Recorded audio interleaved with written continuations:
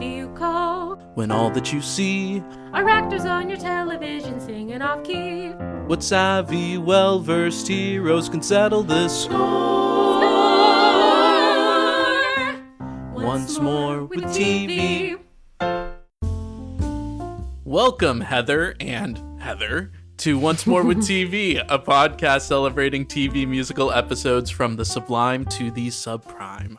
And definitively ranking them using every theater child's worst nightmare, math. I'm your co-host, Alex Kovnatsky, he, him, and I am a teen movie adapted into a musical apologist. And I'm your co-host, Liza Truschel, she, her, and I'm a Chad Michael Murray enthusiast. Ooh, well, I've got some good news for you. Have I ever told you about my dream project, which is the CMMFF, the Chad Michael Murray Film Festival? I gotta be honest, I'm not familiar with his work. Here's the thing, give me the Alex, rundown. there's such a wide range, and that's why this would be such a fantastic film festival. Obviously, our headliner is Freaky Friday, one of the greatest films ever made. But yeah, he's done a little bit of everything. Like, he's doing all those Hallmarky, Netflixy movies nowadays, but he's done horror. He was in Fruitvale Station. He's in good movies. Yeah. And he's also in terrible movies. And also, I would just play clips from Gilmore Girls. Of course. One Tree Hill. You know, like that whole scene with the heart in One Tree Hill. You've seen this, right? I've not. Pause everything you're doing.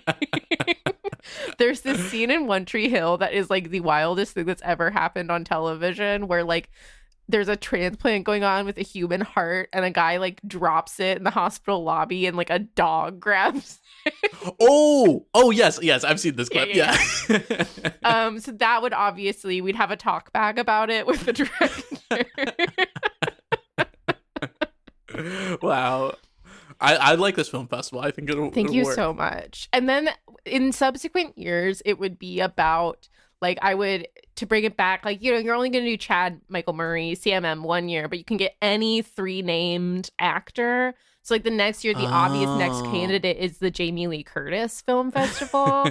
You can do the Sarah Michelle Gellar Film Festival. You can do anyone with 3 names is eligible. It has to be 3 initials, but other than that, we could do whatever we want. Nice. I like this. I think it's Thank good. you. Of course, we could include this episode that we watched this week. We have to include cult leader Chad Michael Murray.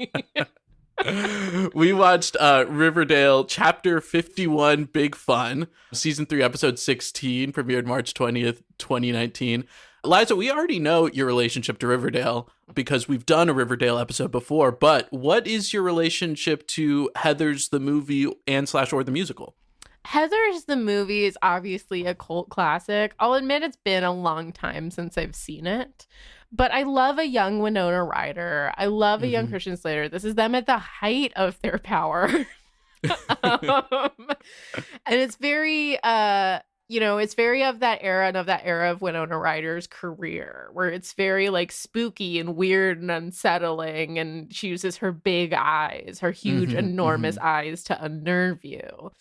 I have not seen Heathers the musical. I'm much less familiar with it. I've listened to it maybe a couple times. The song I'm most familiar with is 17, because that's sort of interesting. Yeah. That's the one I've heard the most often. But yeah, less familiar with the musical. And you, of course, are a teen movie adapted into musical apologist, so maybe you have a different relationship. I do have a little bit of a different relationship. I likewise had not seen Heathers the movie in a long time. So I watched it last night, and I remember when I watched it a long time ago, I was like, I don't like this. This is not for me. And I watched it again last night, and I felt exactly the same way. I thought I might feel a little bit different about it, but I understand that it might do a lot of things for a lot of people, but it ultimately kind of leaves a bad taste in my mouth. Heathers the musical, I've also never seen live, but I've listened to the musical a lot. And I really like the musical, but I know there's like a lot of discourse about the musical being a bad adaptation because it sanitizes a lot of stuff and is kind of going for a completely different thing than the movie does. but I can't really speak on that too much because I haven't seen it. But I can say that the music in Heathers rocks. Yeah, I think it's very good. It's super fun. Yeah. Yeah. I think some songs are definitely way better than others, and I have some nitpicks, but yeah, I like the musical a lot. Of the teen movies adapted into musicals, I think it ranks pretty high for me. Sure. So the IMDb synopsis for this episode of Riverdale is: rehearsals for the Heathers musical gets underway. Veronica learns some devastating news. Jughead makes a surprising move against Gladys. What does any of that mean? Yeah, that's maybe a synopsis of what happens. I didn't understand most of what happened in this episode beyond that they're doing Heathers. Yeah. I mean, again, we know I don't like to watch this episode in order precisely because I enjoy being blindsided by huge plot dumps, which happen every 4 seconds. I mean, my other favorite thing about this show is I never know which teens are going to kiss because I never know who's together at any one point. So in this one, we have Charles Melton, by the way. I forgot he was on this, or maybe I didn't notice it was Charles Melton before, but like... Veronica's kissing Charles Melton. Archie is kissing Josie. Jughead and Betty are kissing. I'm like, wow, this is all different from last time, guys. It was a lot of kissing in this episode, and a lot of relationships that I really didn't know or understand.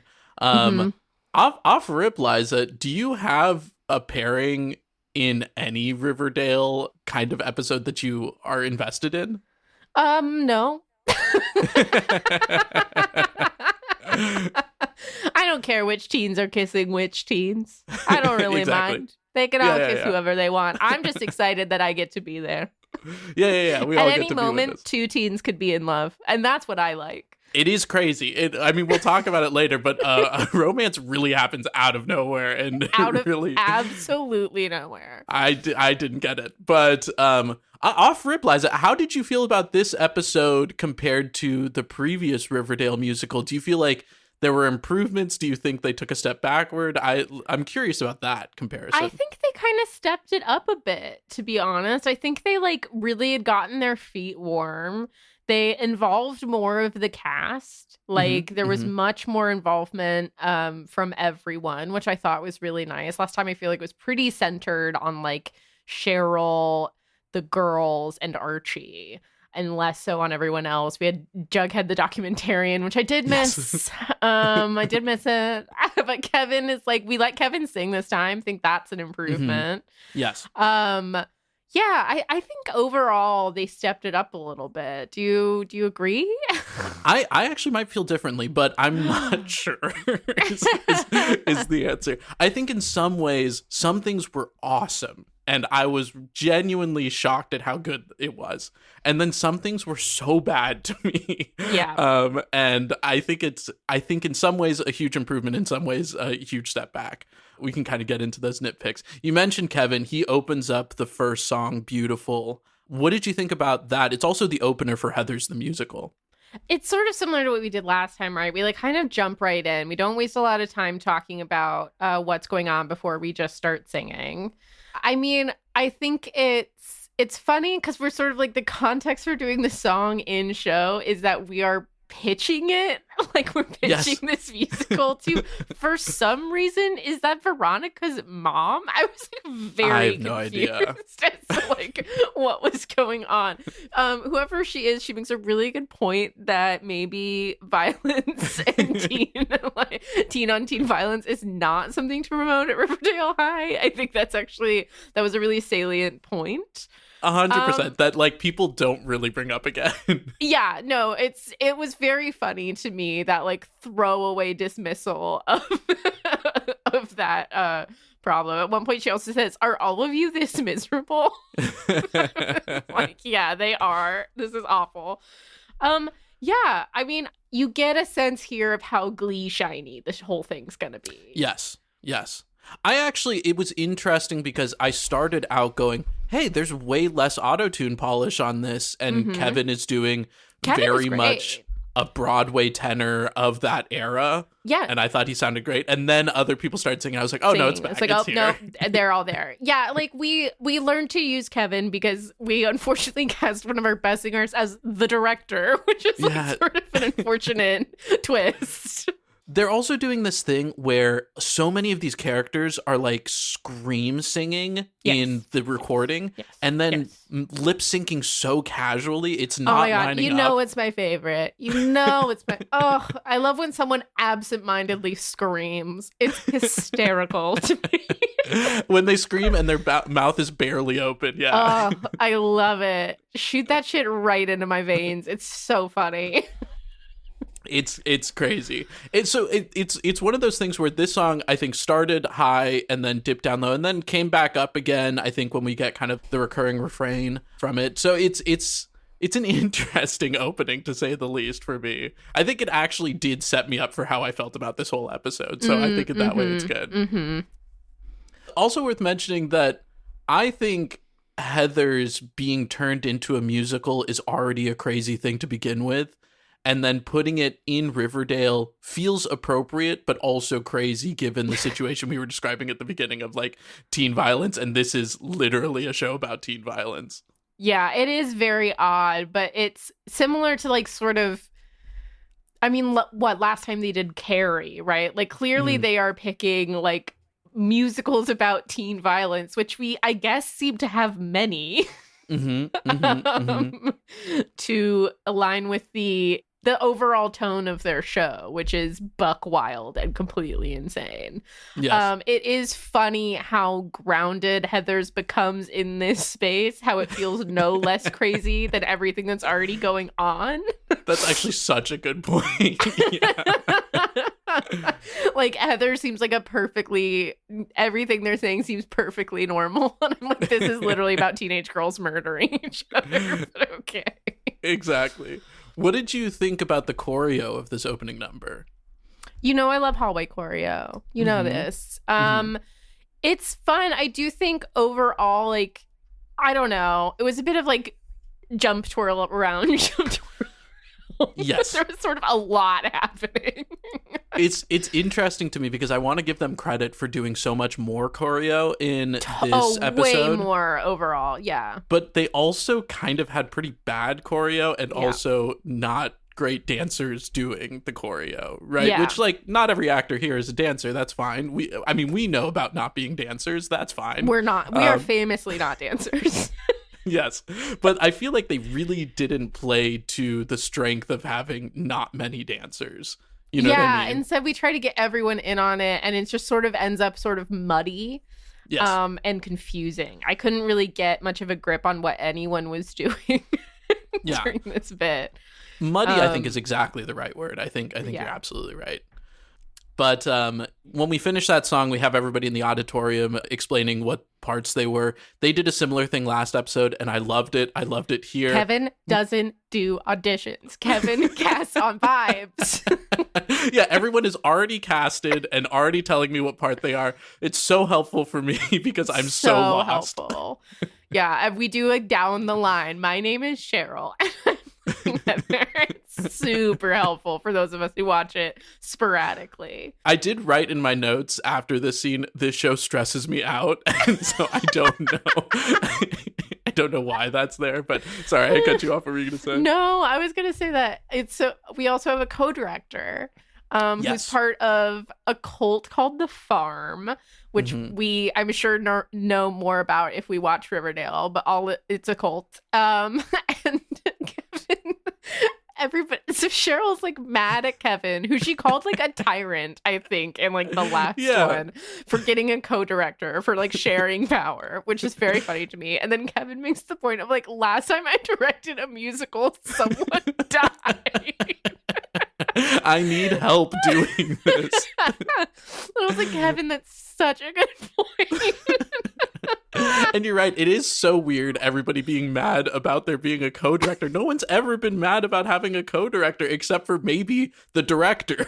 Yeah, usually it was so funny to me that Cheryl was mad at him about it. That really got me so good. Yeah, exactly. After this, they get into Candy Store, which is a big hit from Heather's. I think like the three big hits are like probably Candy Store, Dead Girl Walking, and 17. So I think they're kind of setting the tone here with a big song. What'd you think about this number? Well, first of all, it's a dance-off. We love a dance battle. First of all, insane to say we have a choreographer, but I made up my own choreo. This is like Cheryl fighting with her ex, Tony, who is the choreographer.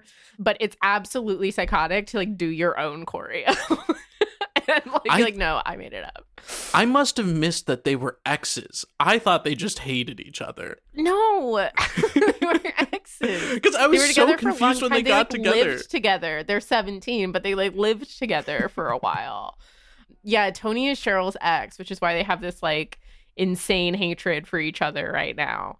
So they do a dance battle, which is really more a dueling of hair extensions than anything else.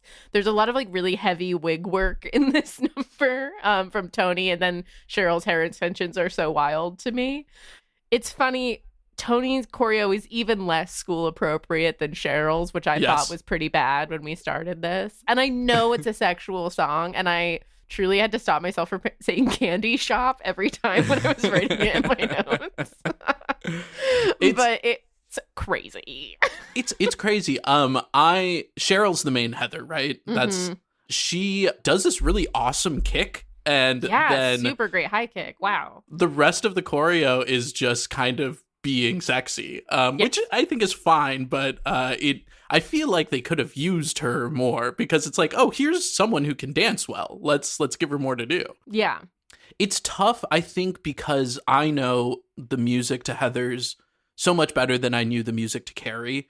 So this song was ultimately pretty disappointing for me.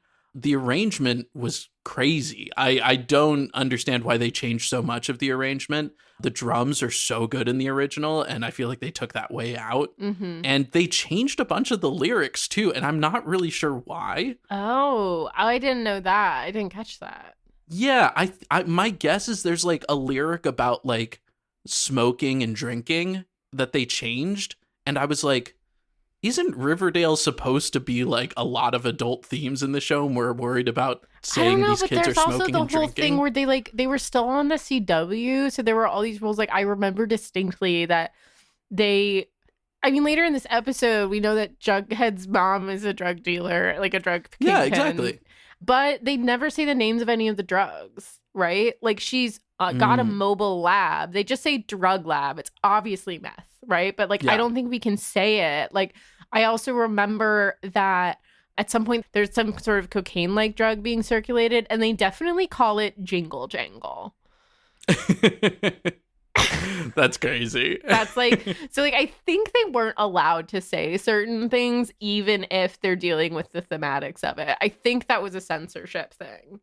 Yeah, that's gotta make sense. But it feels so weird. The original lyric that I noticed was changes: let your mommy fix you a snack, or you could come smoke, pound some rum and coke in my Porsche with the quarterback. Right? That seems kind of tame to me. They changed it to let your mommy fix you ice cream instead of snack, or come hang with me and tonight will be dirty dancing with the football team. So they're rhyming ice cream with team is the change there, but they're taking out the specific rum and coke and smoking, which feels not that. I don't know. I don't know why that got censored. I don't know. I feel like they do Jello shots later in the episode. Yeah, right? Yeah, that is really odd. What a strange thing to change. Yeah. And to still not make it like kids boppy. Right. There's also like a lot of fun lyrics at the very beginning of Candy Store that are like way more explicit that they took out, which is fine. That censorship I can kind of understand. But Candy Store is a really, really fun, high energy song. And I think they like tried to make it that here, and it didn't really connect for me personally. Yeah, I don't think it really connected for me either. I think I was kind of distracted by making this a showdown between Tony and Cheryl didn't like quite work as well as I thought they wanted it to. I ended up confused. Yes. 100%. That number happens. We are going to have an after party at the farm. Well, no, a before party. A before, right. Sorry, right. It's a before party before the opening night, which I guess is soon. She doesn't even say that. She just says we're having a party tonight. Come in costume. It's insane. And like they don't say it's opening night tomorrow. Like at no point. I don't know. It's really strange. I have no idea. Is Cole Sprouse's character the son of the sheriff? Why is he talking to the sheriff later? Yes. So are they making him a Stiles? Is that what they're doing? A Stiles from Teen Wolf? Oh, wow. That's such an interesting question. I have no idea if we meet Jughead's parents in Archie comics, and therefore I can't tell you if that's like already true. But maybe, yeah, that would make sense. Like son of a sheriff doing all of the like dirty work and keeping secrets from his dad. Because he's clearly keeping a secret that his mom is now the drug kingpin of Riverdale. And he, of course, leads his gang, the Serpents. My God, show is impossible to track. I'm realizing how much I didn't track all of this. No wonder I was so confused. Our next musical number is Big Fun. Well, okay, before we talk about Big Fun, please. We learned that Veronica's parents are splitting up. Her dad is going to go stay at the 5 Seasons, a joke that made me laugh way too hard, by the way. That's something the show does to make sure it's like not impeding on like, I don't know, to make sure that they're in their own world and stuff. Like later, I can't remember what episode this is. Again, I don't watch the show in a regular way. Like Molly Ringwald's here, which is like really fun. But she's Archie's mom, but she went to Sarah Florence college. Like they'll funny. just slightly change something to make sure they're still in like a fantasy world and not the real world. So the 5 Seasons made me laugh like way too hard. And also like they say they're breaking up because like your mom tried to kill me twice, and she's like, you can stay together. I'm like, girl, your parents should be separating. Yes, 110%. That's crazy. I will say, I do like that everything is slightly off. Like, I have no idea what time period we're in. Everything just feels a little bit strange. And I think that's just kind of an interesting thing to make the show feel a little bit more spooky. Totally. Because they're kind of playing on that pastiche world of Archie comics, right? By never quite placing it in modern times, never quite placing it later. Like, also, we do a time jump at some point in the show, and I'm pretty sure Archie fights in like something akin to World War II. We'll get there. What? I think you mentioned that to me before, and I still, but like the cars are old. Like the diner looks like it's from the 50s, and like Pop's Chocolate Shop, which is getting a bouncer. By the way, getting a bouncer. Yeah, they need one. I was like, wow, this town is crazy. Anyway, now we're on to Big Fun, taking place at the farm ? That didn't look like a farm to me. I don't know what it looked like.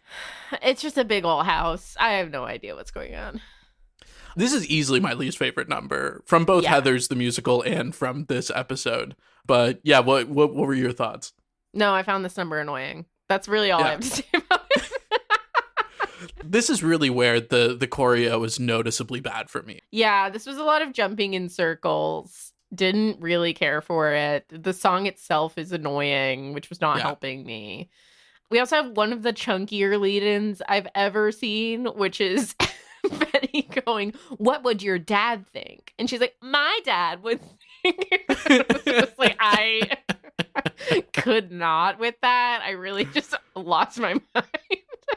Yeah, this is where things started getting really messy for me. I feel like the opening had a lot of good stuff, and then things started going downhill a little bit with Candy Store, and then Big Fun was just a mess. And then I do think the show picks up after this point, but yeah, I can't even remember the things to talk about because I just remember a lot of people dancing by jumping up and down and also doing that kind of poorly. Yeah, it was not great. A lot of people kiss, and that might be important, but I couldn't tell who was who. Yep. The farm girl gives Kevin drugs, and he hallucinates. Immediately hallucinates Midge, the girl who died during our last musical episode. Yeah. And I was like, what a mean thing to do to Kevin. So I don't get it. They are doing drugs and drinking. Why did we take out the smoking? They're not saying it, right. Alex. That's the important part. I really think that has to be some kind of rule. That's wild to me. Because you know how when sometimes when, like, warnings come up in like the top corner of your screen, like right as something starts, it'll be like depictions of alcohol is a different rating than mentions of or like alcohol use. Like those are different ratings. I mean, it's nonsense. I totally agree, but it has to be a rule here because we do shots and we do shrooms, I think. Yeah. Like, who knows? Because she gives him like a brownie. Yeah. Right. And said it's like got organic mushrooms in it. Yeah. Weird. Either way, after Big Fun, all the relationships started getting messy too. Yes. In a way that I didn't track and had in my notes. Let Liza explain this because I don't get it. Yeah, I got you. Don't worry. So who's mad at whom and for what reason? Because they're all mad. Yeah. First of all, I just want to say that like we go into immediately like. So Betty is very suspicious of this cult co-director for like trying to recruit them. And this scene is probably Betty's strongest evidence because this cult lady comes in and says, what if we all told each other a secret? Which is classic cult recruitment tactics. Yeah, totally. I was like, wow, okay, Betty is onto something. I also just want to say that Jughead just not piping up but leaning back and eating chips in the background despite not being a part of the cast is hysterical to me. It's very Han from Fast and Furious coded, and it's extremely Han from Fast and Furious coded. But yeah, everybody's getting in and out of relationships. Archie's maybe dating Josie of Josie and the Pussycats, but they haven't really put a label on it yet. Josie had a thing with Sweet Pea, who she doesn't really like back, but he was really into it. So he's upset that his friend Archie is now like maybe seeing this girl and didn't tell him. He saw them kissing at the party. Veronica's gotten back maybe with Charles Melton's character, whose name I could not tell you for $1,000. But she, of course, as her secret is confessed, is that her parents are splitting. So he kind of correctly and in an emotionally mature way, surprising for Riverdale, is like, hey, did you jump into this really fast because you're going through something else emotionally, and should we break this off? Which was like shocking to me. Yeah. That was a nice moment. And then, of course, so Tony and Cheryl, the one you definitely big missed, is they had broken up a while before, and Cheryl's on sort of a warpath, which is the next scene. Yes, she invented red, which is wild. Well, first of all, when the girl from the cult is obviously manipulating all of these people and like stirring up their drama. So she goes into the bathroom to tell Cheryl that Tony is wearing red, Cheryl's signature color. And she pops up in the bathroom, and Cheryl's exact line is, "What's your damage, child of the corn?" Absolutely incredible. No notes. Then she immediately walks out of the bathroom and says, "Did you have a lobotomy for breakfast?" Wow. Wild lines. What's your damage is a Heather's reference. Is a Heather's reference, yeah. Yeah. Must be noted, but yeah, I'm pretty sure there are other people wearing red at this school when she's even saying that line, which is insane to me. But I think she's supposed to be a little bit insane in this moment. She's definitely supposed to be insane and driven by something else. But then she apparently has the authority to kick someone out of school, which is crazy. But that all leads us into Dead Girl Walking, which is one of the breakaway hits from Heather. Heather's. I love this song. I hated this rendition of this song. Yeah. Is pretty much the short and long of it. The arrangement was really bad. Dead Girl Walking has such great drums and guitar, and we don't get that at all. The auto-tuning was pretty bad on this one. The auto-tuning was really out of control here. That's kind of what was throwing me. And again, I was really focused on this wig, which was doing so much. I do find it funny that she's just going to ask these two people to fuck on the stage, and they're so down. I was like, hell yeah. Get it. Yeah. But then they take off all of their clothes and she turns around and is like, no. Yeah, totally. Totally. It's weird. I don't want to punch down on this girl singing the song because I don't really think it's all her fault. I feel like she was given the direction to like shout every line, Every and single you really line, need yeah. a build in this song. No, it really takes all of the emotion out of the song. Like it just becomes, you don't understand how she got there because you don't get the emotional build. She's immediately at a 10 and it takes away a lot of the resonance of the song. And then it becomes this weird like sexual proposition instead of like her dealing with the idea that there are no consequences for what she does because she's gonna die anyway. So I don't know. I didn't really care for it. I also think like this girl, I think she was directed poorly. Again, I think you're totally right. I think she was selling what she was told to sell. Like I think she does an okay job with that. And again, she's a good dancer. They gave her a really hard song. Yeah.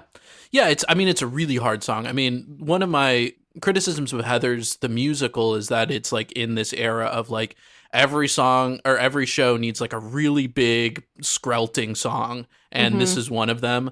But I think they do a good job of making this song fit the tone of the show. But it's a really hard song to sing. All that being said, so yeah, I think they gave her kind of an impossible task here. Yeah, I think she was set up to fail here. It didn't read. Like, ultimately, for me, it matched the tone of I just couldn't understand. It took me a long time to put together what she was saying with what she was doing. It didn't read. There was, like, a fundamental disconnect there as to, like, what was going on. I don't have any notes for what happened in between Dead Girl Walking and Our Love Is God. I'm sorry, you don't have any notes about Evelyn is having a closed rehearsal for select cast members in the gargoyle chamber? You didn't write that sentence down? I didn't. I'm sorry, I don't know. I don't even know you. Like, how can you hear the words gargoyle chamber and not immediately procure yourself? At some points, the words just bounce off me. They don't. I can't spend that much effort considering what they're saying every single time because every line is buck wild. I have selective attention, but I pick up important lines like that one. No, this is why we're here, right? I knew that I didn't have any notes here, and I knew you had something for it.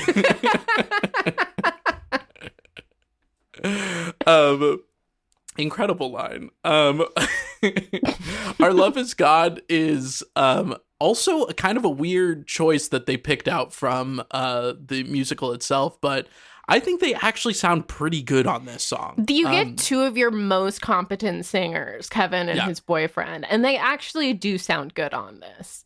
Yeah, I mean, they're doing like a weird cult ritual, right? They're staging it as a rehearsal, and the fucking principal later, like, Betty sneaks in to take photos to prove that they're using the musical as a cult recruitment tactic, and shows these photos to the principal, who's like, I just see two boys they're simply rehearsing. Oh, you mean that principal that is Vampire RuPaul? Yes, that principal? Vampire RuPaul. I absolutely do mean Vampire RuPaul. What is going on with that guy's like mouth? I don't know. I didn't understand that. I don't know. I'm sure it's never addressed because the show's insane. But yeah, she's sort of like, I don't know, almost looks like a marriage or an induction ceremony. But they sound really good. They sound great. Those 3D glasses, by the way, are also a Heathers the movie reference. They're all wearing 3D glasses at some point in Heathers. Yeah, it was an interesting choice, but ultimately I'm glad they put it in because I think they needed a reason for Kevin to sing more, and I'm glad they found a reason for it. Yes. Archie's then shadowboxing in the gym, right? Yeah. Is there a gym with just like a full fighting ring in there? Isn't Archie's dad a boxer? And Archie wants to be a boxer. Archie wants to be a boxer. That's like an ongoing thing. It's just that KJ Abba is unbelievably unconvincing as a boxer. And not a boxer's build there. No. I remember Archie being bad in the last Riverdale episode when they sing Fight for Me, I think he was pretty decent. He's much better in this register. I did make a note about him in our opening number where I literally said, "You are just singing," because I was so thrown. He's very nasal, and it's a tone that I don't necessarily normally enjoy. Yes. He's much better in this range for Fight for You. Again, Josie sounds great. And so it's almost a little bit of a, again, like, we've done this twice in a row now where Josie sounds really good and it makes the other person sound a little bit worse. Because you're like, oh, we're doing okay. And then Josie starts and you're like, oh, that's what that was supposed to sound like. We're not doing okay. You know? You're right.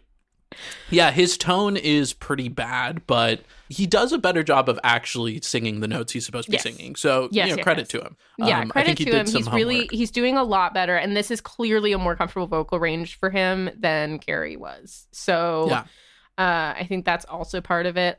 I'll also say that last note, there's no way he held that note that long. No that felt edited for sure. That was edited. There's no fucking way that guy has that breath support. Are you kidding me? Especially, he wasn't acting like he does. No. Especially. He's like, I just keep my mouth open for this long, right? Yeah.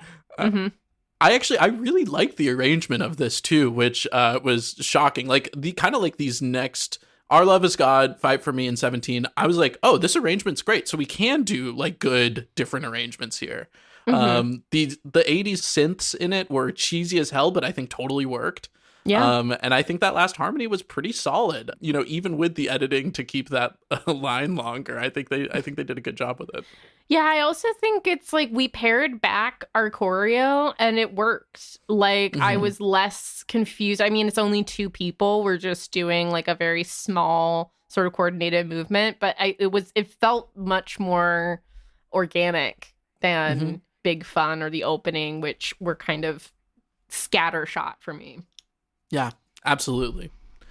I think the next scene we get after that is Cheryl in like this insane, I don't know, like pajamas. The greatest house coat you've ever seen in your fucking life. I think that's the words you're looking for. Cheryl has a house coat gown that is perfectly fanned out around her as she lies in bed in the absolute center. Absolute queen behavior. I have no It's incredible. notes for Cheryl. No, it actually was incredible. And it also is a callback to Heather's the movie because the main Heather is sleeping in the exact same thing when she's poisoned. So, you know, even the reference to like, did you poison this or whatever is pretty apt. I think they did a good job with that. But yeah, she looks great. She looks fantastic. Tony's here to, as Cheryl asks, beg for clemency. Which is wild. But it seems like Tony and Cheryl have dated. This seems to be the scene where Tony realizes that Cheryl has trauma, which is wild. Because she's like, wait, did love in your family not go well? Is that why you're like this? And it's like, duh, babe. Like, duh.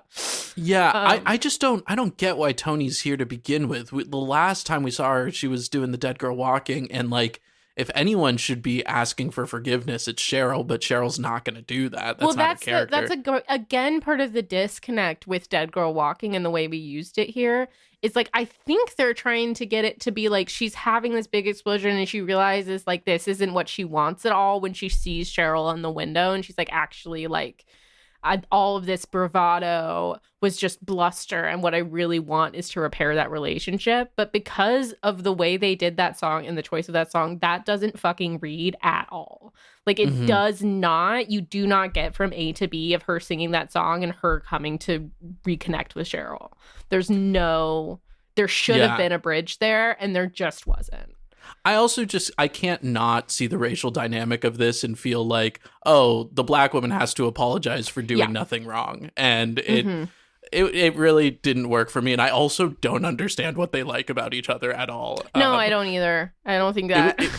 You know, we're always saying, are these teens in love? And this was the first time I said that, being like, oh, what? These teens are in love? Yeah, no. These teens should not be in love. These teens aren't good for each other. You know what teens are in love, though?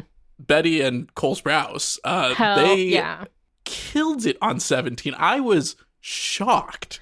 Dude, it was insane. I have a few things to say about Jughead. First of all, please, the idea that as a nickname we call a person Jug is hilarious. Do it all the time. No notes on that. That was perfect. Yes. First of all, I was shocked that we got Cole Sprouse singing because as a former Disney child, I thought he like had it in his contract. He did not participate in the last musical at all. Yep. So I was very surprised he put his toe in the water here. So in the opening verses of this, he's very talky, but it sounded really honest. And, you know, like I was totally fine with it. Here's the thing. When we get to the belt on the chorus of this, do you think that's him? I do think that's him, Your actually. ear's better than mine. So, okay. Yeah, no, I do think it's him. The thing is that like an E vowel on a higher note, that isn't actually that high, is always going to sound pretty good if you're on the note. And I think that is him. The interesting thing is that you're right. The first couple of lines that he sings, he does not sound good. They pitch it an octave down. It's usually an octave up from what he's singing. And he just doesn't, it's so clear that he's not a singer at all. And this is the situation he's put in because he's not really singing the notes he's supposed to be singing. He's kind of like a little bit flat and a little bit talking it, like you were saying. And I was like, oh, this is clearly somebody who doesn't sing at all. And then I think he just put some work in and like had some vocal lessons and just rehearsed his harmony line, which isn't a hard harmony line. It's actually kind of the one you hear most in the song. So I think it's a really easy line to sound good on, but B, I think he did put the work in and sounds really good. And I really want to give him his flowers on that. I thought that was awesome to see a bad singer sing well. Yeah, I really enjoyed this number. As I mentioned, 17 is probably the song I best know. It's because it's my favorite song from this show. I just think that melody line, that line is so gorgeous, that through line. Yeah. And the chords behind it. It's awesome. So addictive. It's just absolutely stunning. And I think it like really captures like this longing that they're going for. Like there's something so yearning about it. And I thought Betty and Jughead did a really good job. I thought they were really I really enjoyed this number. I think also Betty on those opening lines is maybe the best singing we get in this whole show. I would agree. She has really great control, and you can tell that they're auto-tuning her way less than everyone else. It's like Betty and Kevin are the two people who like really don't get any auto-tuning happening. And it's because they're just actually singing it. And the arrangement is really good too, because the original 17 is way more aggressive in the beginning, and they made it really gentle and tender. I was shocked. Yeah, I was really surprised by this number. I also just want to note that Lily Reinhart, who plays Betty, I'm just really happy her hair is down because there was like a very famous, in like the first couple seasons of the show, she had that iconic Betty ponytail all the time, and it was done so tight that she began to get traction alopecia. No. So they had to let her put her hair down, and it looks great, crazy. And I'm just glad. I don't know why. I just made a note of it during this scene because I think it's the first I noticed it. I was like, oh yeah, the traction alopecia. That's wild. Isn't that wild? Well, yeah. Let's not have that happen again, maybe. That's awful. Yeah, crazy. But anyway, I felt really good about this song, which is maybe different how I felt about the next song.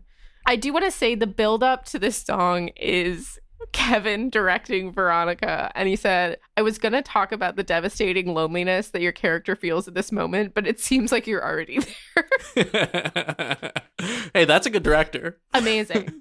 And then he walks away.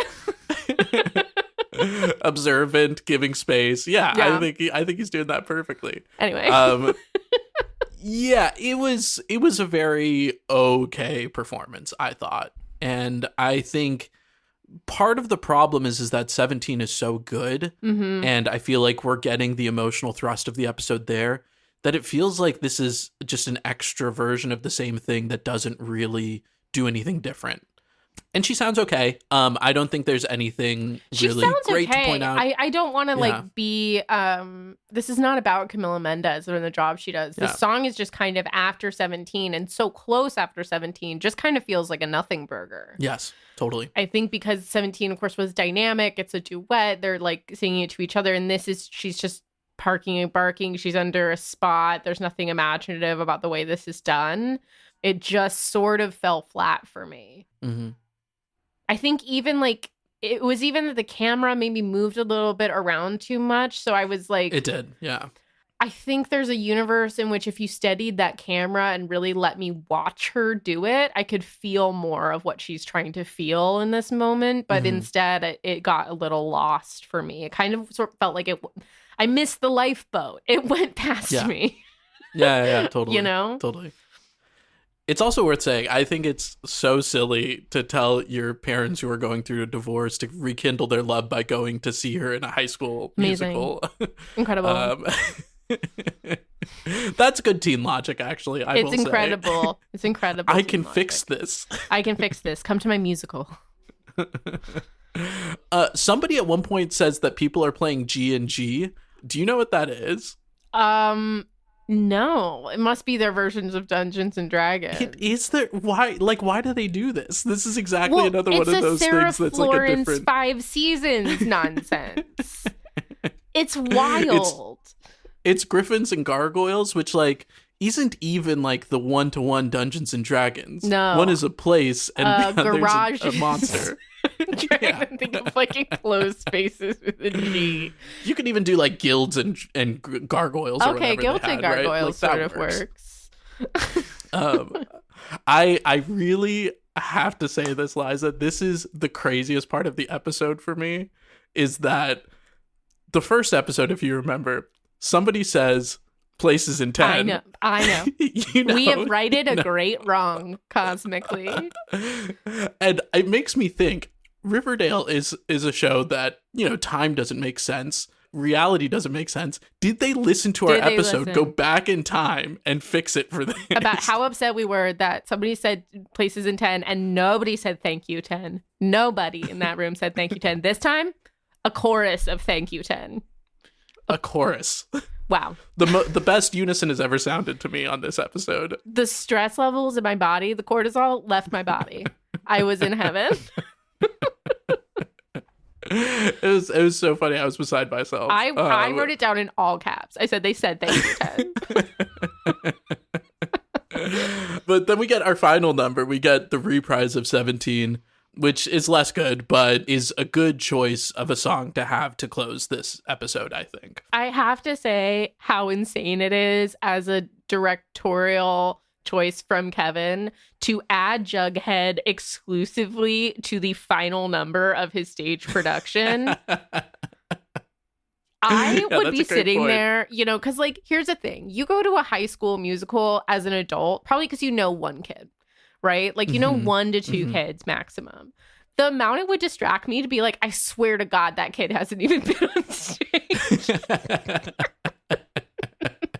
That's so funny. When you're like, who the fuck is that? And why is he standing center stage? It also, this was the point where I was like, what was this episode about? Like, what was the central conflict? Like, I don't really understand what the thrust is because we're worried about this farm cult thing. And we get it a little bit at the end, but we don't get any resolution. Like, I don't understand how they structure the stories of these episodes. No. Because the same thing happened in the last musical episode where I was like, wait, the big conflict happened at the very end. Do I have to, like, watch the next episode now? Yes. But I guess that's how they're structuring it. That's exactly what they want you to do. Yeah, but I feel like a story wasn't told. No, it wasn't. And Kevin also made the buck wild decision to have all of them change costume mid-song into their personal outfits, which again, as someone watching the show, I'd be like, I don't even know what's happening anymore. I almost like that choice. Like, I like the idea behind that choice of like, we are our characters. We are those teens we're singing about. But we didn't actually see the musical that related them to their characters. And I don't know. It just didn't quite work. I really don't get the point of it. Maybe I'm dumb. Maybe I missed it. Yeah, it's very like, I don't know. So Kevin makes a point at the top of the episode that really his version of Heathers is going to be about longing for a more normal existence and like coming together and something like that. I guess what he's trying to say when they all strip off their costumes is that like what a wonderful thing it would be to all be more normal and peaceful together. I have no idea. Yeah, which doesn't feel like the point of Heathers at all. No, no. Because Heathers is so like normality is what's killing all of the teens. Yes. So it's very strange. It doesn't work. We do get a cutaway during this to Betty and Jughead burning down Jughead's childhood home. Yeah. I just want to throw that out there. We cut back to the song. Yeah, Don't they worry show about up like all covered in soot. It is funny because Kevin's like, "Are you covered in soot? Please get to makeup," which is like classic director stuff. Like, I don't need to know. I just need you to be on stage when I told you to. Exactly. Once again, the choreo is so bad here. It's they gave like the direction. The theatrical dabbing that we do? Yes. Is that what you're referring to? Yeah, it feels like the choreographer said, and just have fun in this one. Yeah. And everyone is not a dancer, so no one knew what having fun meant. It's very odd. We're just using a lot of arm work, and it's really, really strange to watch. And then, of course, for me, the most important 15 seconds of the episode happen right at the end here. Because nobody applauds for a second, and then it's very awkward. And then a slow clap starts of people all dressed in white, which seems to be sort of the farm's thing. And our leader of the farm, Chad Michael Murray, by the way, great cult leader. I would be in that cult anytime. Stands up and leads like and starts to lead this clap. And he looks sort of forebodingly at everyone. End of episode. Yeah, it's just like a the Chad most Michael Murray jump scare. Yeah, no, it really was. It really was. It's like the most robotic slow clap. And I think that's intentional. Like, I don't think that's a criticism. Like, it's a really like very slow clap, and then like a couple of people stand up and join, and they're not increasing their pace at all. No. It's just like very robotic. Which was honestly the coolest part. I do think that was like, oh, this is haunting. Like, what is going on? And then it's the end of the episode. I'm like, why are we here? What are we doing? Anyway, this episode frustrated me. I feel like I never got a hold on it. Yeah, I feel like I had moments where I understood what was going on, but there were a lot where I was sort of left with a general question mark. And not in as fun a way as I usually associate with Riverdale.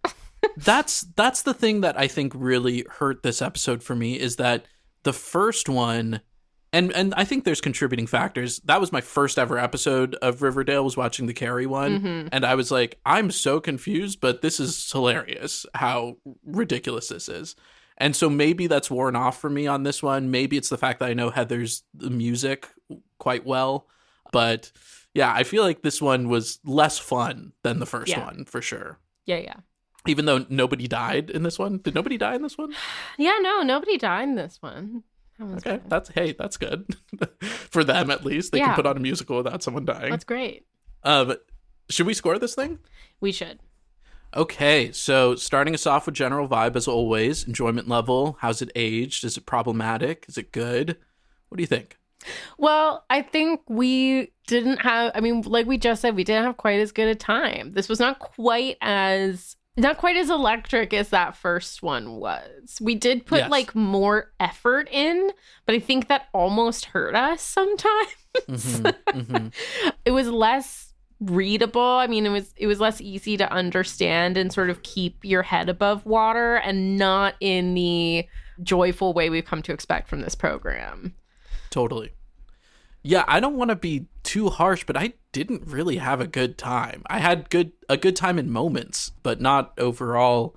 I kind of want to lean a little bit like a 4 here, but I'm very amenable to being swayed. I think it sits right in the middle for me. I want to say 5. Yeah, 5 seems totally reasonable to me. Great. Music. So it's found music, obviously, because we're using Heather's the musical, but we've talked a little bit about the arrangements of it and stuff.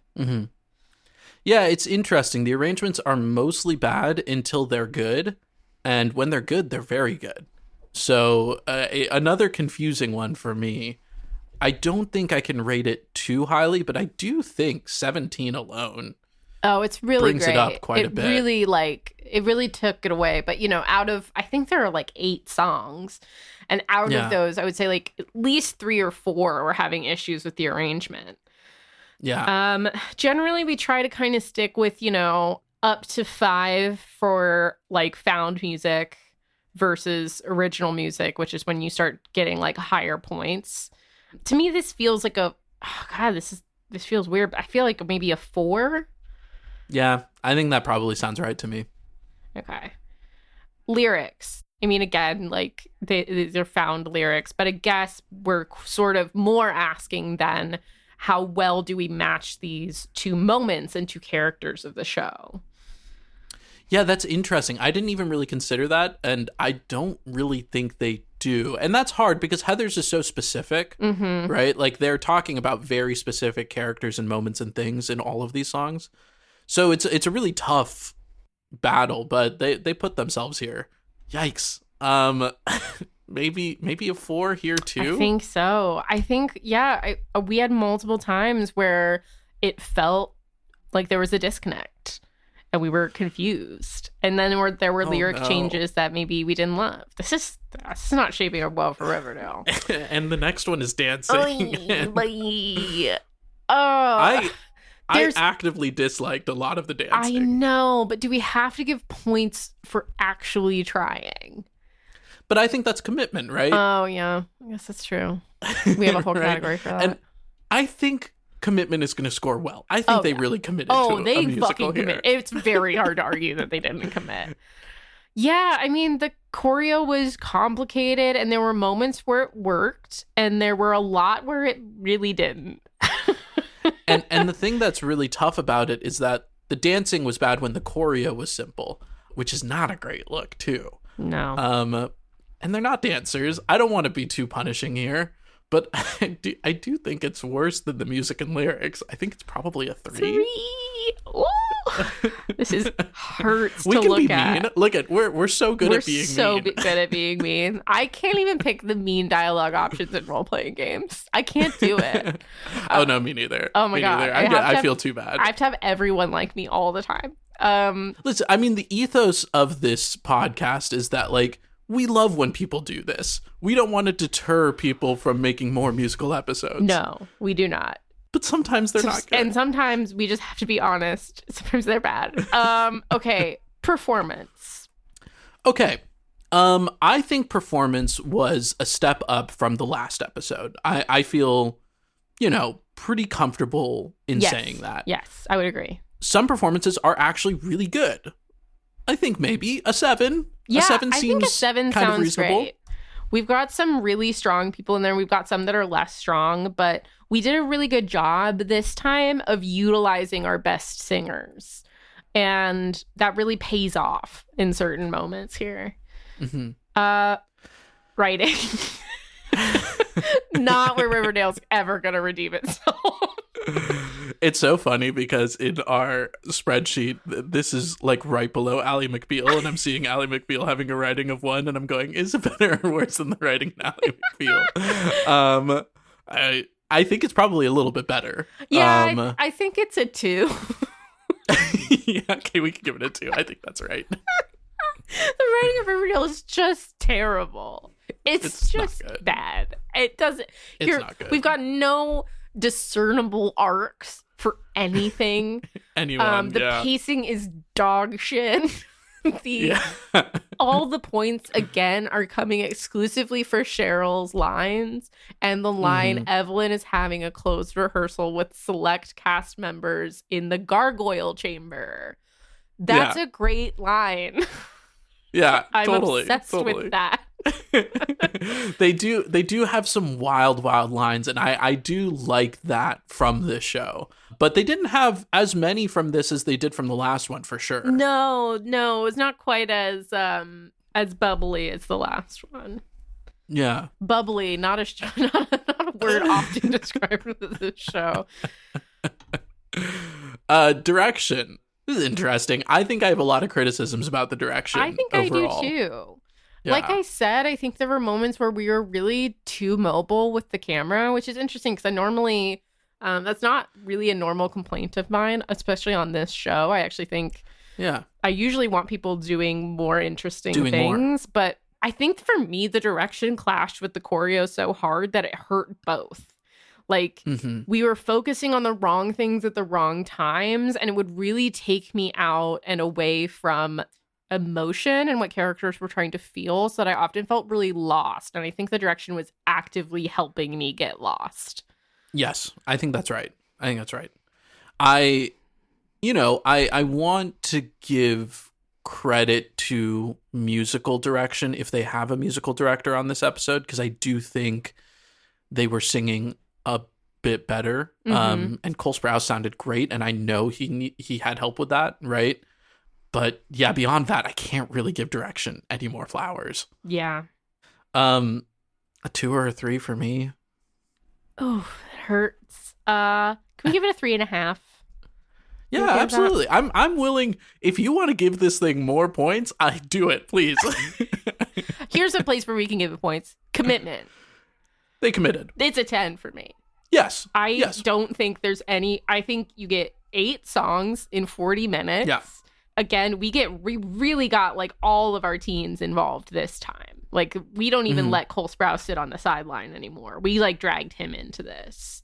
And I think that really is where this does shine, is that they really fucking tried. I think sometimes too hard, like with the choreography.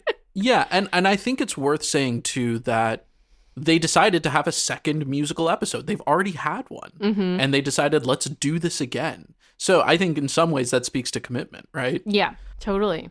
Okay. The stakes. Oh. Hard to discern. Truly no idea. Hard to discern. What were the stakes? What happened? I would have to better understand what happened in order to understand the stakes.